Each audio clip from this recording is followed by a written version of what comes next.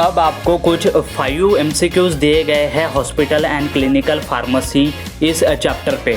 आपको वो सारे 5 जितने भी क्वेश्चन आपको दिए गए हैं सारे क्वेश्चंस का आंसर मुझे वन बाय वन करके बताना है, और आपको जो है ऑप्शन बताना है या फिर ऑप्शन के साथ साथ आपको जो है उसका आंसर भी मुझे बताना है। I hope this video will be enjoyable.